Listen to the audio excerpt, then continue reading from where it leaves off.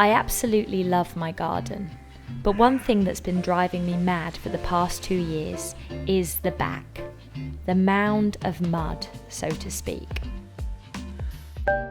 We reached out to some landscapers and they'd come back with some quotes which we couldn't afford. So I thought, we may as well do it ourselves. How hard could it be? So this video is how we built our retaining wall and steps. Step 1, confidence. Do your measurements, calculate how much material you'll need. Draw diagrams to help you envisage your ideas and assess the practicalities.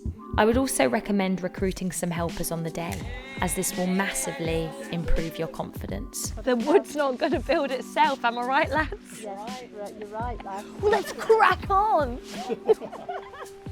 Fun. Step 2, the tear out.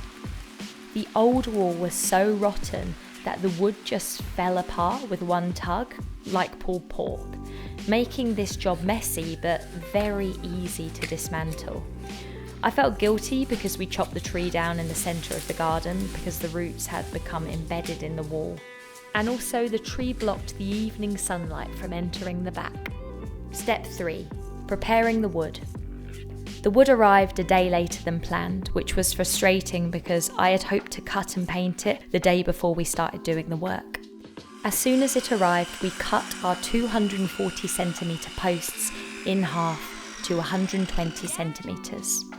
Because 40 centimetres would be submerged in earth, my lovely mum painted 1/3 of each post with a coat of blackjack, which will prevent the wood from rotting.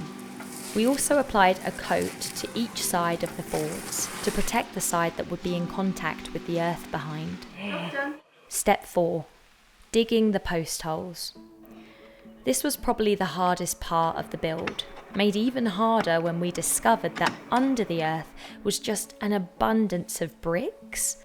It was tough. Step 5, levelling and securing the posts. We used a piece of string to check that all the posts would be aligned, and then a post spirit level to check they were all straight. We used a board to check the posts were the same height, and once we were happy, we poured approximately 1.5 bags of postcrete in each post hole and checked that they were still level before adding water to secure the posts in place. We also dug a 10cm trench behind the posts where the boards would sit and added a 5cm layer of MOT sub-base. Step 6, drilling in the boards. I thought this part would be the most satisfying, but no one had ever mentioned the concept of pilot holes to us. So we were drilling sloppily into dense wood, wondering why on earth our screws were giving up on us halfway. We did some questionable diagonal screwing instead, and then revisited this the following day when we had the appropriate drill bits. Step 7, the drainage system. To stop the retaining wall getting completely rotten like the last one, it's important to install a perforated drain. These seem to come in a fairly standard size of 25 metres, but as our garden is around 9 metres wide, we just cut it to 9 metres and sold the other half on Gumtree. Stunning. We then ran a weed membrane all the way along the wall, which we then filled with gravel. It's important to run your pipe slightly diagonally, so that the water can escape out of one end of the drain. We did this by applying more gravel to one end than the other to maintain a constant slope. We then covered the pipe with another thick layer of gravel and closed the membrane like a big gravelly burrito. Step 8, the steps. We first approached step number 1 and decided to secure it to the front of the post to make it more secure. Oh yes, she's in. We then attached the sides, which we bracketed together with the world's tiniest brackets.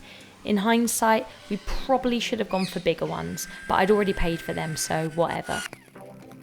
Once we had the sides secure and in place, it was quite easy putting the steps in. We didn't want to dig all the earth out, so we worked with the dirt slope we already had and tried to incorporate 2 boards stacked on top of each other where we could. Step number 9, The painting.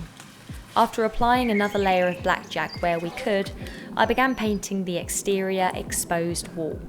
We have a black timber extension already, so I use the same paint, which handily also protects wood against weather damage. Step 10. Filling the steps. I nailed a weed membrane to each step to stop any soil dirtying the pebbles, and we filled each step with 20mm pea gravel. Oh shit, high five! I'll add a really powerful sound effect in. Overall, the cost of this DIY wall was £1,280 and took us approximately 3 days to complete. We had so much fun making it and learned so much along the way, which will for sure make us more confident in the future approaching any DIY project. Join us for part 2 of the renovation, where we landscape the back.